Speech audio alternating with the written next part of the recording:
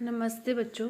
कक्षा 8 विषय विज्ञान और लेसन दूसरा, इसके अंतर्गत सूक्ष्म जीव मित्र एवं शत्रु का जो पहला पाठ है अपने वो पढ़ चुके हैं। उस पाठ के अंतर्गत अपने क्या पढ़ा कि सूक्ष्म जीव हमारे लिए लाभदायक हैं और वो लाभदायक कैसे हैं, किस किस प्रकार से लाभदायक हैं, तो वो सारा अपने उसके अंतर्गत पढ़ा। तो अब इसके अंतर्गत अपने पढ़ेंगे कि वो हानिकारक हमारे लिए कैसे हैं। तो देखो शुरू करते हैं। क्या दिया है पहले आपका कि सूक्ष्म जीव हानिकारक कैसे हैं, कि जो लाभदायक है वो पढ़ लिया। उसके अलावा हर चीज के कोई लाभ फायदा होता है तो उसका नुकसान भी होता है। तो कुछ जो सूक्ष्म जीव हैं वो हमारे लिए जो हानिकारक हैं, हानिकारक के अंतर्गत कैसे हैं कि वो क्या करते हैं। जो सूक्ष्म जीव हैं वो रोगाणु या रोगजनक होते हैं, कि रोगों उत्पन्न करने के लिए वो क्या होते हैं, जिम्मेदार होते हैं। तो वो हमारे लिए फिर क्या होगे, हानिकारक होगे। जो रोगाणु हैं वो हमारे शरीर के अंदर श्वास प्रणाली से, या पानी पीते हैं, दूध या चाय पीते हैं, उसके द्वारा या भोजन के द्वारा हमारे शरीर में क्या कर लेते हैं, प्रवेश कर लेते हैं। तो सूक्ष्म जीवों से जो होने वाले रोग हैं वो संक्रमित व्यक्ति से स्वस्थ व्यक्ति में वायु, जल, भोजन या शारीरिक संपर्क द्वारा फैलते हैं। तो ऐसे रोगों को क्या कहते हैं, संचरणीय रोग कहते हैं, क्योंकि इनका संचरण होता रहता है एक किसी भी माध्यम से। तो ये क्या कहलाते हैं, संचरणीय रोग कहलाते हैं। तो ये सूक्ष्म जीवों से होने वाले जो रोग हैं, तो फिर वो सूक्ष्म जीव फिर हमारे लिए क्या होगी, हानिकारक होंगे, क्योंकि उन्हीं के द्वारा हमें क्या मिल रही है, रोग मिल रहे हैं। तो वे क्या होंगे, हमारे लिए हानिकारक होंगे। तो देखो जो रोग कारक सूक्ष्म जीव हैं उसके अंतर्गत जो मेन है हैजा। हैजा सामान्य जो सर्दी जुकाम है ये भी एक दूसरे से फैलता है। चिकन पॉक्स, क्षय रोग जिसे क्या कहते हैं, टीबी भी कहते हैं। तो ये सामान्य संचरणीय रोग हैं। इसके अलावा और भी है, इनके नाम तो आपने सुने होंगे। तो देखो इसके बारे में ही अपने आगे पढ़ेंगे। रोग वाहक, जो कुछ कीट एवं जंतु हैं वो रोग कारक सूक्ष्म जीवों का वाहक होते हैं। तो ऐसे जीवों को क्या कहते हैं, रोग वाहक। वाहक का अर्थ समझ गए होगे, वाहक ले जाने वाला, लाने वाला, वाहक। रोग वाहक रोगों को लेकर आने वाला, तो रोग वाहक हो गया। तो सूक्ष्म जीव जो रोग वाहक है तो वे हमारे लिए क्या होंगे, हानिकारक होंगे। मक्खी क्या है, एक रोग वाहक जीव है मक्खी। इसीलिए कहते हैं कि जो खाने पीने की चीजें हैं ना, इन्हें खुले में नहीं रखना चाहिए, ढक कर रखना चाहिए, क्योंकि इन पर फिर मक्खी बैठती है तो वो मक्खी कहीं से भी किसी भी रोग का वाहक हो सकती है। मादा एनाफ्लीज मच्छर है, ये प्लेज्मोडियम का वाहक है, मलेरिया का वाहक है। मलेरिया रोग उत्पन्न कौन करता है, प्लेज्मोडियम। प्लेज्मोडियम जो मादा मच्छर है एडिज, वो इसका क्या है, वाहक है। और डेंगू का वाहक भी मादा एडिज मच्छर, ये क्या है, मलेरिया और डेंगू का वाहक तो मच्छर है, लेकिन मक्खी भी बहुत से रोगों की वाहक है। कौन कौन से रोग हैं और किसके द्वारा फैलते हैं इसके बारे में अपने पढ़ रहे हैं। क्षय रोग है जो टीबी कहते हैं, ये इसका जो वाहक है वो क्या है, जीवाणु है। इसका वाहक क्या है, जीवाणु है। और ये किस तरीके से फैलता है, ये वायु के द्वारा फैलता है। यदि इसके कण हवा में है तो वह दूसरे व्यक्ति के टच में आने से ये ट्यूबरकुलोसिस या फिर क्षय रोग एक व्यक्ति से दूसरे व्यक्ति में फैल सकता है। किसके द्वारा, वायु के द्वारा। और इसका वाहक कौन है, जीवाणु है। ये जो पॉइंट है आपके लिए बहुत ही इंपॉर्टेंट है कि रोग कौन सा है, इसका वाहक कौन सा है और इसके फैलने का माध्यम क्या है। इसके बाद देखो दूसरा रोग है खसरा। इसका वाहक क्या है, वायरस है, विषाणु है। इसका वाहक वायरस है, विषाणु है। और इसके संचरण का तरीका भी क्या है, वायु ही है। खसरा भी कैसे फैलता है, हवा से ही फैलता है। इसके कण भी हवा में मौजूद हो, दूसरा व्यक्ति उसके टच में आता है तो वह भी रोगग्रस्त हो जाता है। तीसरा रोग देखो चिकन पॉक्स। तीसरा रोग क्या है, चिकन पॉक्स। इसका वायरस है, विषाणु और वायरस एक है। और इसका जो संचरण का तरीका है वो वायु से भी हो सकता है और सीधे फिजिकल अटैचमेंट से भी हो सकता है, कि एक व्यक्ति दूसरे व्यक्ति को हाथ मिलाया, गले मिले, तो इस तरीके से भी एक दूसरे में फैल सकता है। इसके बाद है रोग पोलियो। और उसका जो सूक्ष्म जीव है विषाणु है, वायरस है। और ये भी क्या है, वायु और जल के द्वारा ही एक व्यक्ति से दूसरे व्यक्ति में फैलता है। हैजा संदूषित भोजन या संदूषित पानी पीने से जो होता है, गर्मियों के मौसम में ज़्यादातर होता है हैजा। तो उसे इसका जो वाहक है वो क्या है, जीवाणु है, बैक्टीरिया है। इसका वाहक जीवाणु बैक्टीरिया है। ये संदूषित जल या भोजन ग्रहण करने से एक व्यक्ति से दूसरे व्यक्ति में होता है।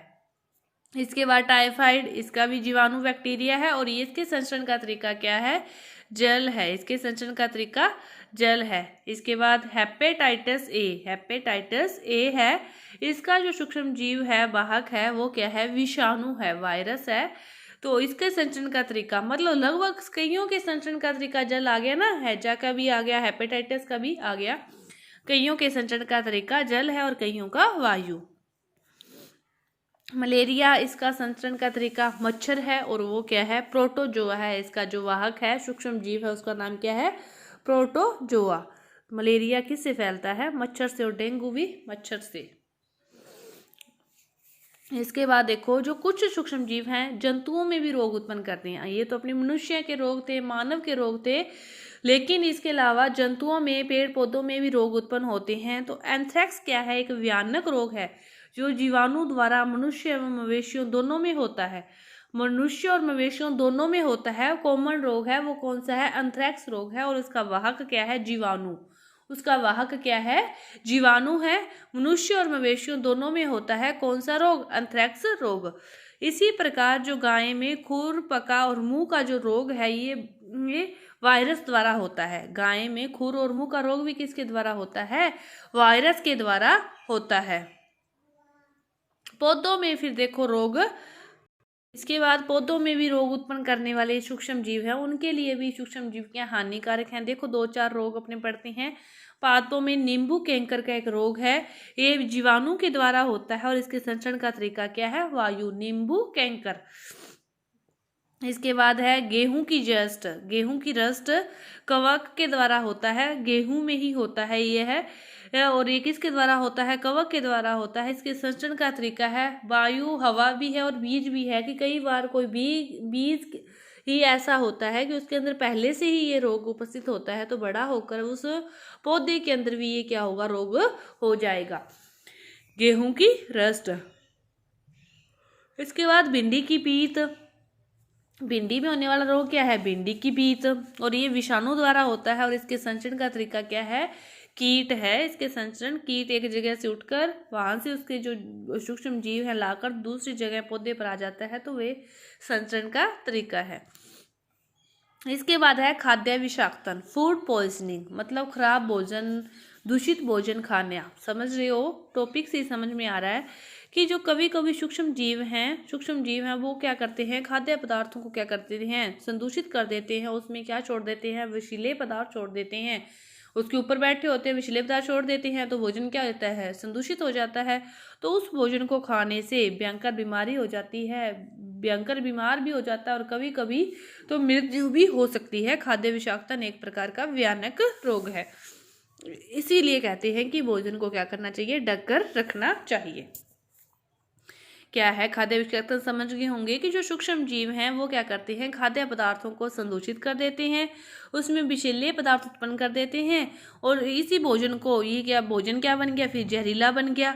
और उसका सेवन जो भी व्यक्ति करेगा वो तो क्या हो जाएगा, कभी कभी तो वो बीमार हो जाएगा, नहीं ज़्यादा यदि वो कुछ जहरीला पदार्थ बन गया तो फिर आदमी की मृत्यु भी हो सकती है। इसके बाद देखो कि खाद्य विषाक्तन है, इसी को क्या कहते हैं, खाद्य विषाक्तन कहते हैं। और भोजन को सूक्ष्म जीवों के संदूषण होने से बचाना आवश्यक है। भोजन, खाने वाली चीज़ों को हमेशा ढक कर और साफ सुथरी जगह पर ही रखनी चाहिए, नहीं तो खाद्य विषाक्तन हो सकता है। खाद्य परिरक्षण देखो कि अगर हम खुले स्थान पर और नम स्थान पर अपने ब्रेड के टुकड़े रख देते हैं तो उस पर एक दिन बाद क्या हो जाते हैं, कवक जम जाते हैं, उस पर काई सी आ जाती है, तो इसका रंग रूप और स्वाद क्या होता है, खराब हो जाता है ना। आपने देखा होगा तो सभी ने कि ब्रेड को रखने पर ही उस पर क्या हो जाती है, कवक और काई सी आ जाती है, जिसके कारण वो खाने योग्य नहीं रहते। क्यों नहीं रहते, और देखो आम का जो अचार है ये तो क्या होता है, काफी समय तक संदूषित नहीं होता। क्यों नहीं होता? आम के अचार के अंदर अपनी चीनी, नमक चीजें डालते हैं ना, ये वाली चीजें हैं वो इस चीज को बहुत टाइम तक क्या रखती है, सूक्ष्म जीवों से बचा कर रखती है, सूक्ष्म जीवों की इसमें वृद्धि ना हो, इसीलिए वो अचार तो खराब नहीं होता। तो ऐसे पदार्थों को फिर क्या कहेंगे? परिरक्षक कहेंगे, जो क्या करते हैं, रक्षा करते हैं, सूक्ष्म जीवों की वृद्धि को रोकते हैं। तो वे क्या कहलाए? परिरक्षक कहलाए। सोडियम बेंजोएट व सोडियम मेटावाइसल्फाइड सामान्यतः क्या है? परिरक्षक हैं। ये दो प्रकार के परिरक्षकों के सामान्यतः नाम आए हैं। जैम एवं स्क्वैश में इन रसायनों का उपयोग इन्हें संदूषित होने से क्या करता है? बचाता है। तो जो मतलब सूक्ष्म जीवों की वृद्धि को रोकता है वो क्या कहलाया? परिरक्षक कहलाया। और खाद्य परिरक्षक का अर्थ क्या हुआ? जो खाने वाली चीजों पर वृद्धि होने में रोकता है, जैसे नमक, चीनी, तेल, तो ये क्या कहलाए? फिर खाद्य परिरक्षक कहलाए। इसके बाद है दूध का पाश्चुरीकरण। दूध का पाश्चुरीकरण क्या है कि दूध को उबालने से क्या हो जाते हैं? अनेक सूक्ष्म जीव नष्ट हो जाते हैं। दूध को यदि 70 डिग्री सेंटीग्रेड तापमान पर 15-30 सेकंड के लिए गर्म करके फिर एकाएक ठंडा करके उसका भंडारण कर लेते हैं, कि दूध को उबालने से सूक्ष्म जीव नष्ट हो जाते हैं। फिर ये क्या कह रहा है कि 70 डिग्री सेंटीग्रेड पर आप क्या करो, 15 से 30 सेकंड तक उसको गर्म करो, फिर एकाएक उसको क्या कर दो? ठंडा कर दो, और फिर उसका भंडारण कर लेते हैं। तो दूध को उबालने से अनेक जो सूक्ष्म जीव हैं वो क्या हो जाते हैं? नष्ट हो जाते हैं। और ऐसा करने से सूक्ष्म जीवों की वृद्धि क्या हो जाती है? रुक जाती है। एक बार उबाल ले तो वो नष्ट हो गए, लेकिन उसकी वृद्धि नहीं रुकी। फिर उसके लिए उसने क्या कहा है कि 70 डिग्री सेंटीग्रेड पर आप गर्म करके फिर उसको एक एक ठंडा कर दो, तब उसकी वृद्धि क्या हो जाती है? रुक जाती है। इसी विधि को क्या कहते हैं? पाश्चुरीकरण कहते हैं। इसी विधि को क्या कहते हैं? पाश्चुरीकरण कहते हैं।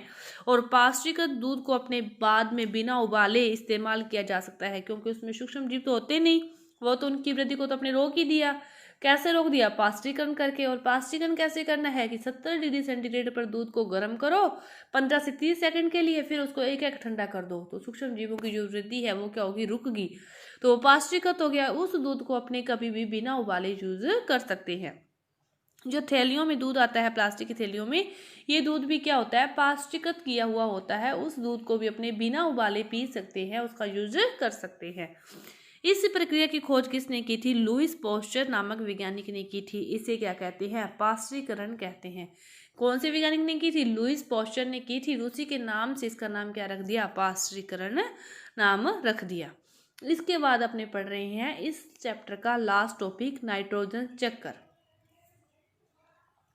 कि अपने वायुमंडल में, अपने वातावरण में, अपने आसपास गैसें पाई जाती है, उस गैसों में सबसे ज्यादा जो प्रतिशत है वो किसका है? नाइट्रोजन का। कितना प्रतिशत है? 78%। नाइट्रोजन का प्रतिशत कितना है?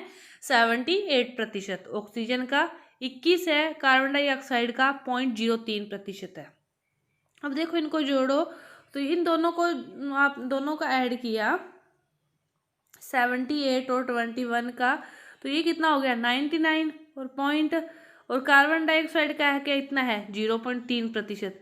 इतने प्रतिशत में तो क्या आ गई? ये तीनों गैसें ही आई है इतने प्रतिशत में। तो फिर बाकी जो अन्य गैसें आप देख लो, टोटल प्रतिशत अपनी कितना मानते हैं? किसी भी चीज का टोटल 100 होता है, 100 में से इसको घटाओगे तो बाकी गैसें हैं वो देख लो कितने प्रतिशत है।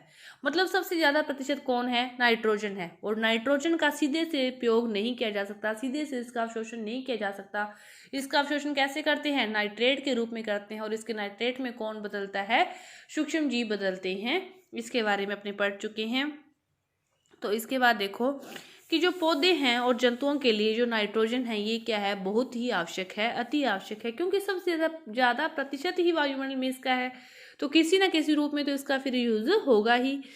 तो परंतु जो जीव हैं वो वायुमंडलीय नाइट्रोजन को, या पेड़ पौधे हैं उसको वो सीधे ही ग्रहण नहीं करते, सीधे ही उसका उपयोग नहीं करते। वो क्या करते हैं? उसका उपयोग नाइट्रेट के रूप में करते हैं। और इसे नाइट्रेट के रूप में कौन बदलता है? मिट्टी में उपस्थित जीवाणु बदलते हैं। नीले हरे शैवाल हैं जो वायुमंडलीय नाइट्रोजन को नाइट्रोजन के यौगिकों के रूप में, नाइट्रेट के रूप में क्या कर देते हैं? परिवर्तित कर देते हैं। कौन कर देते हैं? मिट्टी में उपस्थित जीवाणु व नीले हरे शैवाल वायुमंडलीय नाइट्रोजन को नाइट्रोजन के यौगिकों के रूप में, नाइट्रेट के रूप में क्या कर देते हैं? परिवर्तित कर देते हैं। नाइट्रोजन ऐसे जो नाइट्रोजन यौगिकों को पौधों की जड़ें फिर क्या कर लेती है, अवशोषित कर लेती है। जब उनको सीधे तो अवशोषित कोई नहीं करता, फिर उसको क्या किया, कुछ जीवाणुओं ने, नीले हरे शैवाल ने उनके यौगिक बना दिए।